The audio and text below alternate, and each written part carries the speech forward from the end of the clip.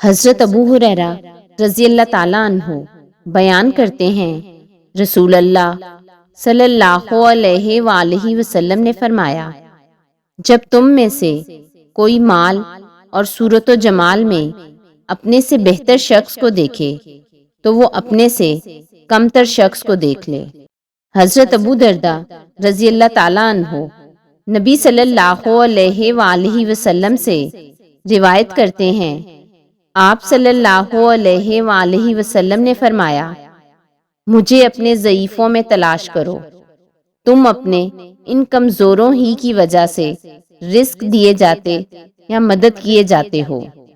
حضرت ابو ہریرہ رضی اللہ تعالیٰ عنہ بیان کرتے ہیں، رسول اللہ صلی اللہ علیہ وآلہ وسلم نے فرمایا، ایسے فتنوں کے آنے سے پہلے نیک اعمال کرنے میں جلدی کر لو جو تاریک رات کے ٹکڑوں کی طرح ہوں گے۔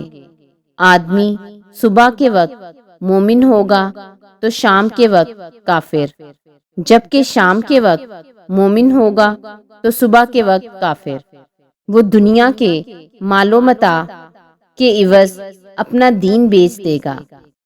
حضرت ابو ہریرہ رضی اللہ تعالیٰ عنہ بیان کرتے ہیں، رسول اللہ صلی اللہ علیہ وآلہ وسلم نے فرمایا، زمانہ قیامت کے قریب ہوتا جائے گا، علم ختم کر دیا جائے گا، فتنے ظاہر ہوں گے، دلوں میں بخل ڈال دیا جائے گا اور حرج زیادہ ہو جائے گا۔ انہوں نے عرض کیا، حرج کیا ہے؟ آپ صلی اللہ علیہ وآلہ وسلم نے فرمایا، قتل۔